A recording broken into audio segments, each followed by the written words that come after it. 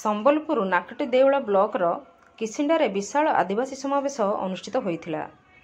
ଜିଲ୍ଲା ଆଦିବାସୀ କଲ୍ୟାଣ ସଂଘର ବ୍ଲକ ଉପସଭାପତିଙ୍କ ସଭାପତିତ୍ୱରେ ଅନୁଷ୍ଠିତ ସଭାରେ ରାଜ୍ୟସଭା ସାଂସଦ ନିରଞ୍ଜନ ବିଶି, ରେଢ଼ାଖୋଲ ବିଧାନସଭା ନିର୍ବାଚନ ମଣ୍ଡଳୀର ବିଧାୟକ ପ୍ରାର୍ଥୀ ପ୍ରସନ୍ନ ଆଚାର୍ଯ୍ୟ, ସମ୍ବଲପୁର ଲୋକସଭା ସାଂସଦ ପ୍ରଣବ ପ୍ରକାଶ ଦାସଙ୍କ ପ୍ରତିନିଧି ବିଷ୍ଣୁ କେଡ଼ିଆ ଉଦ୍ବୋଧନ ଦେଇଥିଲେ।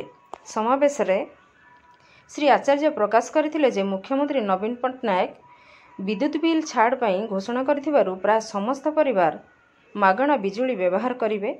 ବିଦ୍ୟୁତ ବିଲ୍ ପୈଠ କରିବାକୁ ପଡ଼ିବ ନାହିଁ। ଜଙ୍ଗଲ ଜମି ଚାଷ କରୁଥିବା ଆଦିବାସୀମାନଙ୍କୁ ଜଙ୍ଗଲ ଜମିର ପଟ୍ଟା ପ୍ରଦାନ ବ୍ୟବସ୍ଥା ପାଇଁ ସୂଚନା ଦେଇଥିଲେ। ରାଜ୍ୟସଭା ସାଂସଦ ନିରଞ୍ଜନ ବିଶି କହିଲେ ଯେ ଅନୁସୂଚିତ ଜନଜାତିମାନଙ୍କ ବିକାଶ ପାଇଁ ସମ୍ବଲପୁରରେ ସ୍ୱତନ୍ତ୍ର ଆଦିବାସୀ ଉନ୍ନୟନ ପରିଷଦ ଗଠନ ହୋଇଛି। ମୁଖ୍ୟମନ୍ତ୍ରୀ ନବୀନ ପଟ୍ଟନାୟକ ଭୁବନେଶ୍ୱରରେ ଆଦିବାସୀ ଭବନ ନିର୍ମାଣ ପାଇଁ 100 କୋଟି ଟଙ୍କା ପ୍ରଦାନ କରିଛନ୍ତି। ଅନୁସୂଚିତ ଜାତି ଏବଂ ଅନୁସୂଚିତ ଜନଜାତି ଛାତ୍ରଛାତ୍ରୀମାନଙ୍କୁ SC/ST ଷ୍ଟାଇପେଣ୍ଡ ବୃଦ୍ଧି କରିଛନ୍ତି।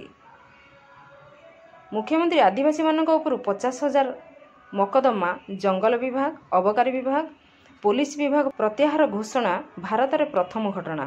ଜଙ୍ଗଲଜାତ ଦ୍ରବ୍ୟ ବିକ୍ରୟ ପାଇଁ MSP ପ୍ରଦାନ, 8 ଲକ୍ଷ କେନ୍ଦୁପତ୍ର ତୋଳାଣୀଙ୍କ ପାଇଁ ବୋନସ୍, ଖାଦ୍ୟ ସୁରକ୍ଷା ଯୋଜନାରେ ଆହାର କେନ୍ଦ୍ର ବ୍ୟବସ୍ଥା, ସାମାଜିକ ନିରାପତ୍ତା ପାଇଁ ଭତ୍ତା ବୃଦ୍ଧି, ନିଃଶୁଳ୍କ ସ୍ୱାସ୍ଥ୍ୟସେବା ସକାଶେ ବିଜୁ ସ୍ୱାସ୍ଥ୍ୟ କଲ୍ୟାଣ ଯୋଜନାରେ ବର୍ଷକୁ ମହିଳାମାନଙ୍କ ପାଇଁ 10 ଲକ୍ଷ ଏବଂ ପୁରୁଷମାନଙ୍କ ପାଇଁ 5 ଲକ୍ଷ ଟଙ୍କାର ସହାୟତା ରାଶି, ମିଶନ ଶକ୍ତି ଜରିଆରେ ମହିଳା ସ୍ୱୟଂ ସହାୟକ ଦଳ ପାଇଁ ବିନା ସୁଧରେ 15 ଲକ୍ଷ ଟଙ୍କାର ଋଣ, କାଳିଆ ଯୋଜନା ବଳିଆ ଯୋଜନାରେ କୃଷକ ଏବଂ ବୁଣାକାରମାନଙ୍କୁ ପ୍ରୋତ୍ସାହନ ରାଶି ସହ ବିନା ସୁଧରେ ଋଣ, ନିର୍ମାଣ ଶ୍ରମିକ ସୁରକ୍ଷା ପାଇଁ ଜନ୍ମରୁ ମୃତ୍ୟୁ ପର୍ଯ୍ୟନ୍ତ ଆର୍ଥିକ ସହାୟତା, ମମତା ଯୋଜନାରେ ଗର୍ଭବତୀମାନଙ୍କୁ ସହାୟତା, 5ଟି ସ୍କୁଲ କଲେଜରେ ଗୁଣାତ୍ମକ ଶିକ୍ଷା ବ୍ୟବସ୍ଥା, ସବୁ ଗାଁକୁ ବିଜୁଳି, ପାଣି, ପକ୍କା ରାସ୍ତା ସୁବିଧା, ମା ପେଟରୁ ଶ୍ମଶାନ ଘାଟ ପର୍ଯ୍ୟନ୍ତ ଜନହିତକାରୀ ଯୋଜନା ବିଷୟରେ ରାଜ୍ୟସଭା ସାଂସଦ ଶ୍ରୀ ନିରଞ୍ଜନ ବିଶି ଆଲୋକପାତ କରିଥିଲେ।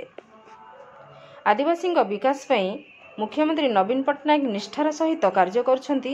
ତେଣୁ 6ଠ ଥର ପାଇଁ ନବୀନ ପଟ୍ଟନାୟକଙ୍କୁ ମୁଖ୍ୟମନ୍ତ୍ରୀ କରିବା ପାଇଁ ସମ୍ବଲପୁର ଲୋକସଭା ସାଂସଦ ପ୍ରାର୍ଥୀ ପ୍ରଣବ ଦାସ ଏବଂ ରେଢ଼ାଖୋଲ ବିଧାନସଭା ନିର୍ବାଚନ ମଣ୍ଡଳୀର ବିଧାୟକ ପ୍ରାର୍ଥୀ ରୋହିତ ପୂଜାରୀଙ୍କୁ ଭୋଟ ଦେବା ପାଇଁ ଆଦିବାସୀ ଭାଇ ଭଉଣୀମାନଙ୍କୁ ନିବେଦନ କରିଥିଲେ।